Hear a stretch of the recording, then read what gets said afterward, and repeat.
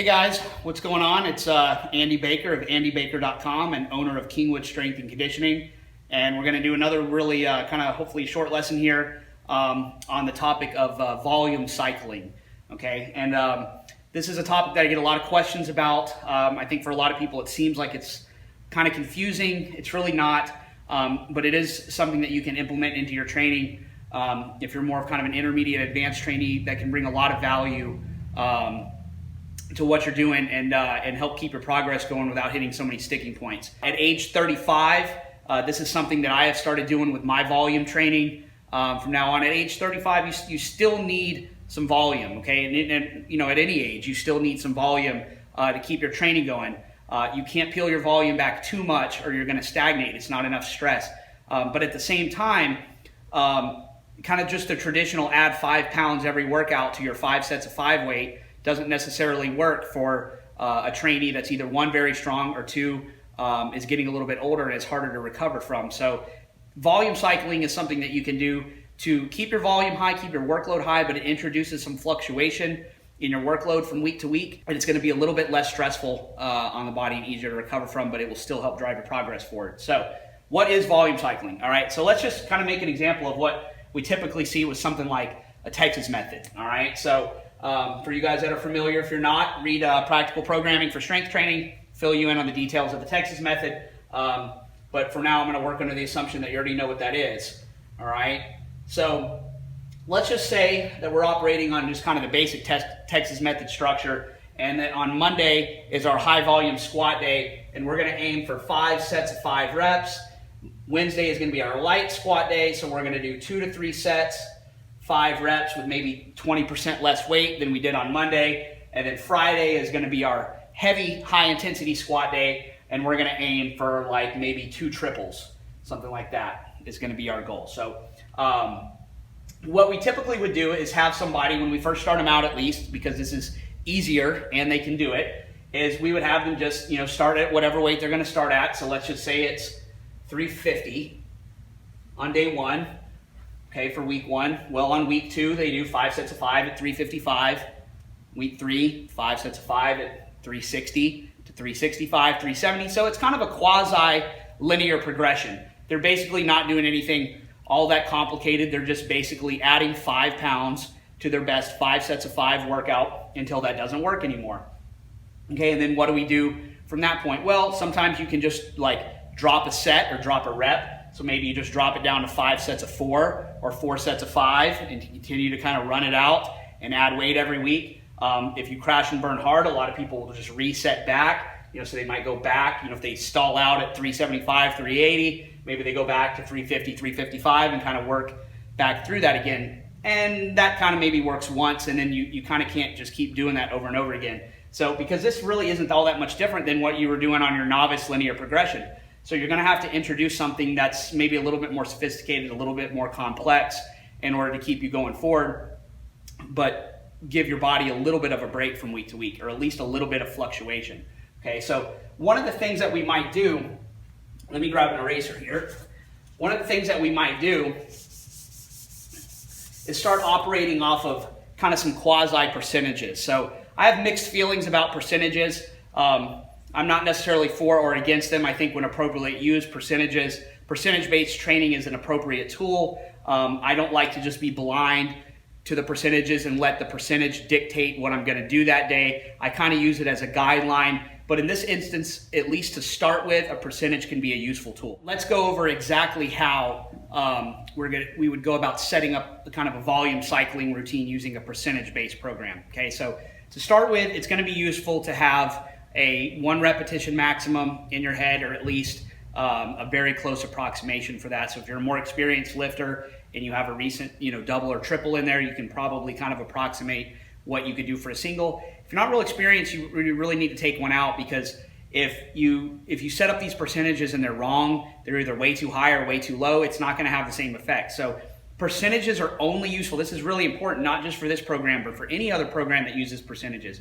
Percentages are only useful when they're relevant to a lift that is done, you know, fairly recently. Okay, you can't base a percentage off of a 1 RM you did 6 months ago. It's not relevant because chances are that that 1 RM is drastically different. Use one of your intensity days. Use one of your, if you're doing like a Texas method, use one of your Friday intensity days to set up a heavy single, okay?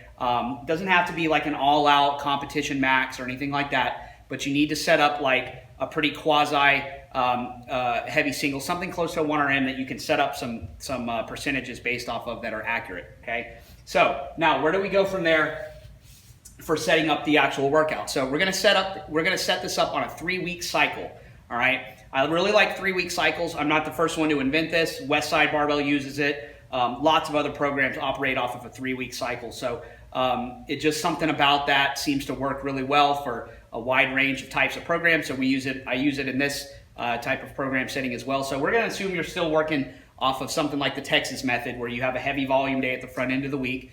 Could be a 4-day Texas method, could be a 3-day Texas method, doesn't really matter. We're just gonna assume you have a heavy volume lift in there. So we're gonna start up the very first day. Week 1 is gonna be 5 sets of 5, okay, at 75% of your 1 RM, okay? Week 2, all right, we're gonna drop the volume down a little bit and we're gonna do at 80%, okay? So I'll say 5 sets, 4 reps at 80%. You could do 4 sets of 5.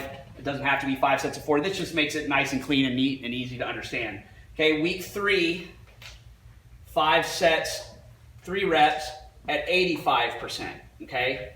So all of these from 15 total reps, 20 total reps, 25 total reps, these are all what I would consider fairly high volume workouts, but as the volume goes down, the intensity goes up a little bit. But we're still operating in this good strength building range, that 75 to 85% range. That's where you want to be for strength building, okay? So that's where we're gonna stay. And then the exact amount of volume is waived a little bit, okay? Now, where do we go on week 4, all right? There's a couple different ways to do this, all right?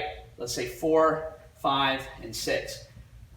You could just go back to 75% and add a little bit of weight. So let's say 75% was 350, all right? So we did 350 here. Okay, if my math is wrong, I apologize. I believe this would be 375 and this would be 400 here, okay? So what we would do is go back from week 4, we go back to week 1, bump the volume back up a little bit, 5 sets of 5, but we'd add a little bit of weight, 355.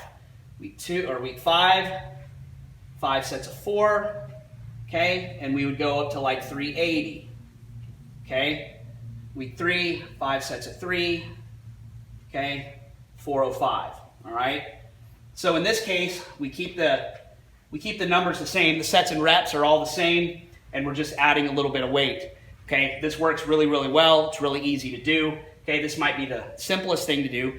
The other thing that you can do, all right, if for some reason you don't want to add weight to the bar, all right, okay, let's cut this out, all right. Let's say you go back to week 1, keep the weight the same, all right, but we go 5 sets of 6 at 350. So a slight increase in volume. We kept the weight fixed, but we increased the volume. So 25 total reps now up to 30 total reps. That may not seem like a lot of change, but believe me, doing 5 sets of 6 with anything, all right, when you get to that 4th and 5th set, you'll notice the difference of going from 5 sets of 5 to 5 sets of 6, all right? And then we can do the same thing on the other week. So instead of 5 sets of 4, now we bump that up as well. 5 sets of 5, kept the weight the same at 375. Instead of 5 sets of 3, we do 5 sets of 4 and 400, okay? So in example 1, we increased the weight but kept the sets and reps, the exact volume the same. In example 2, we kept the weights the same, but we increased the volume, okay? Either way, you're adding stress, and that's the point of the volume day. It's just increase the stress, but we're fluctuating it with different types, little bit different types of workouts. So not every time is 5 sets of 5, okay? You get a little bit of a reprieve when you're doing your 5 sets of 3. It's heavier, but not quite as much volume, okay? And your body is gonna like that fluctuation week to week, okay? Another way to do this, and this is kind of getting on to like what Westside would do, would be to keep the weight the same and even keep the volume the same, but focus on speed, okay? Now this is a much more subjective way to measure progress. You're not really adding any sets of reps, you're not really adding You're not really adding any weight, but what you are doing is you can increase the speed of the workout, and speed can come from two different places. Speed can be the density, okay, of the workout. In other words, how long does it take you to complete all the sets and reps? How long does it take you to get through 25 reps at 355, okay? So you can decrease rest period and do the same work period, increase the density. That will increase the stress of the workout. You can also increase bar speed. In other words, keep the sets, reps, the weight the same, just move the weight faster, okay? Again, it's a much more subjective way to measure things, but if the first time was slow and grindy and the next time you go through, you're making the plates rattle a little bit at the top, that's gonna be a little bit more stressful. Now, if you want to, you can accommodate that by changing the set and rep scheme, okay? So like what Westside would do, instead of 5 sets of 5 here at 355, maybe the next time through this cycle, it's 12 sets at 2 at 355 with shortened rest periods and maximum velocity on the bar speed, okay? That's another way to do it. 5 sets of 4, 10 doubles, okay? Still hitting that 20 reps, 380, okay? A little bit less rest between sets. 5 sets of 3, that's 8 sets of 2, all right? That's 16 total reps at 405. And again, we're working on doing 8 doubles at 405 with maximum velocity on the bar speed. You can't really it's hard to do maximum velocity when you're doing sets of 5, but you can do maximum velocity, maximum acceleration with doubles, okay? And you can shorten the time between sets. So if you're resting, between the sets of 5, if you're resting 5 to 8 minutes, maybe you drop it down to 2 or 3 minutes, okay? You get really good shape, you're doing a minute to 90-second rest in between, all right? And still keeping bar speed relatively high. All right, and that'll make you really strong in a hurry. So it's hard to do. You have to be in really, really good shape to do that. It's not easy to do heavy dynamic effort work in these types of rep ranges, okay? But it can be really effective, especially for a raw lifter. This is a look at volume cycling. It can be used with a whole different type, lots of different types of programs. You can do it Texas method, heavy, light, medium, any day or any type of program where you have a dedicated volume session, you can implement volume cycling. There's other ways to do it. This is just kind of 3 methods that I showed you that make it fairly simple to implement. So again, I hope this is something that helps you guys. If you're interested in some programs that use this exact volume cycling approach, one is my Baker Barbell Club online, so my online coaching group. We run in our volume days, we run a 3-week cycle, almost exactly like this. The other one is in the KSC method for powerlifting. Also operates off of a 3-week kind of volume wave like this. So those are 2 different programs that you can take a look at that both use this approach if you're interested. If not, you feel like you're dying out on your own program and you need something to kind of get you moving again, something to kind of break up that stress, then start thinking about implementing this in your own routine, and it'll definitely pay off for you. So thanks for watching, guys. Talk to you next time.